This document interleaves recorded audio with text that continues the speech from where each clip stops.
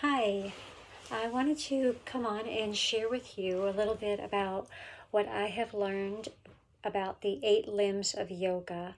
When most people go to yoga or think about yoga, they think of the poses, they think of the asanas, which is really only one part of what yoga truly is. So I thought I'd share with you, if you're not familiar with the different limbs of yoga. These are actually 8 limbs of yoga. The first one is what we call the yamas. The yamas are our ethics or our personal integrity. This is basically explained as our relationship with others. And the yamas involve the way that we respond to relationships with others, and also the way that we present ourselves, how we conduct ourselves in different interactions. And many times when the yamas are discussed, it's kind of thought of as the golden rule. Basically, do unto others as you would have them do unto you.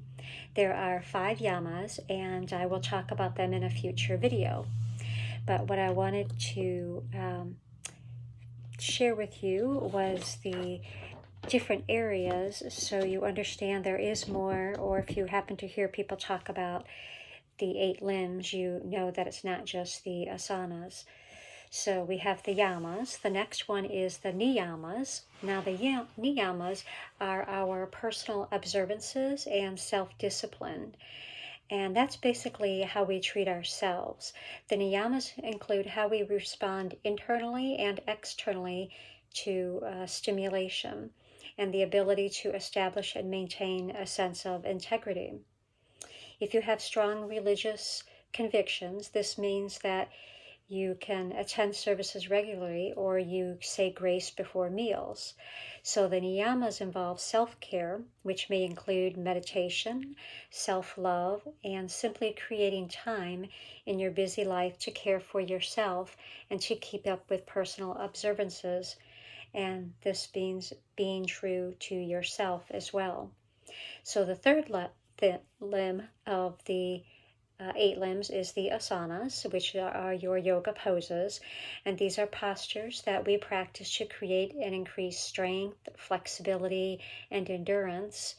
But also by practicing, we are able to increase our mind and body connection.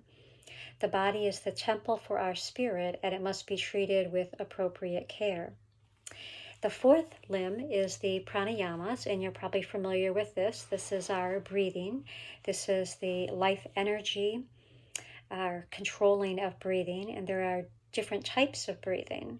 Most people are unaware, especially in Western culture, that we are all shallow breathers. So a lot of times when you hear people say, oh, just calm down and breathe, that really is a method or a tool you can use to help with when you're under stress or you're feeling anxious, and maybe some other areas in your life where you may need to just step back and assess the situation to be calm, cool, and collected so you're responding in an appropriate manner. The next limb is the Pratyahara, and Pratyahara is the observance and controlling of our senses. And this is kind of a detachment, if you will. Pratyahara is the ability to maintain your inner peace when you are surrounded by chaos. And we see a lot of that going on in the world today with the riots and the unsettled, the uncertainty with the pandemic we've had, and with social injustice going on right now. So now is definitely a great time to start learning or practicing your Pratyahara. And we rely on this to turn inward and to be objective, but this also assists us in finding power over our cravings or habits that are self-destructive. So this area, one of the limbs, is also great for teaching us discipline, if you will. And it's not to say we shouldn't enjoy things such as music or food, but to do them in moderation and to be respectful of our bodies again. And the sixth limb is dharana. Dharana is concentration. And each of these 8 limbs of yoga prepares us for the next limb. Pratyahara helps us to escape the senses and draw inside so that we can prepare for dharana, or concentration. Dharana is focusing on one single item. Perhaps one uses dharana to focus on God. If you are spiritual, maybe that's where you can, when you do your meditation, you can focus on, and that's your prayer time. And this can also be a time to focus on unrelated object or something inside the body. And this concentration helps prepare us for meditation. Now, the next 2 limbs are things that we obtain through the first 6 limbs that we've been practicing. Your Yamas, Niyamas, the Asanas, Pranayama, Pratyahara, and dharana. The next one is dhyana, and dhyana is your meditation. And this is what when you experience uninterrupted concentration, and it's kind of like sleep. You can look at it that way. You experience little or no thought processes, and from this it involves concentration of one singular point. And it's focusing and then maybe emptying the mind into an uninterrupted, concentrated state.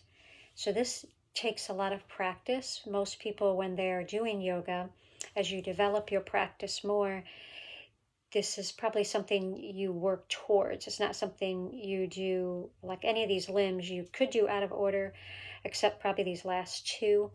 But the others, they're kind of interwoven together. Your yamas and niyamas, your code of ethics, how you treat others and how you treat yourself, as well as your poses, which help you both on and off the mat. And that's what the 8 limbs of yoga are teaching us. And our 8th and final limb is samadhi. Samadhi is to stand outside of. And this is the stage of euphoria. This is once you come into oneness with a focal point from concentration in the dharana stage, you reach samadhi. And samadhi is the connection of self and the connection to something greater than the self, connection to all living things and a divine energy. And this is where a lot of yogis and other practitioners of meditation enlighten to go, is where we are content with what we have. We are not hoarders. We are not thieves. We don't react to society the way we've been seeing on the media lately. This is just one being very content, very happy, joyful, and sharing that feeling and nurturing that love and that detachment that you want to give to others that you have found yourself. So this is my take on the 8 limbs of yoga. I hope this has helped you some, and I look forward to future videos and breaking these down more into each of their limbs to share with you how you can be better yourself, healthier in body and mind by practicing these 8 limbs of yoga. So thank you for your time. I hope this was helpful. Please share it with others. Please like and subscribe to my page and to my YouTube channel. And I look forward to working with you and growing deeper. Namaste.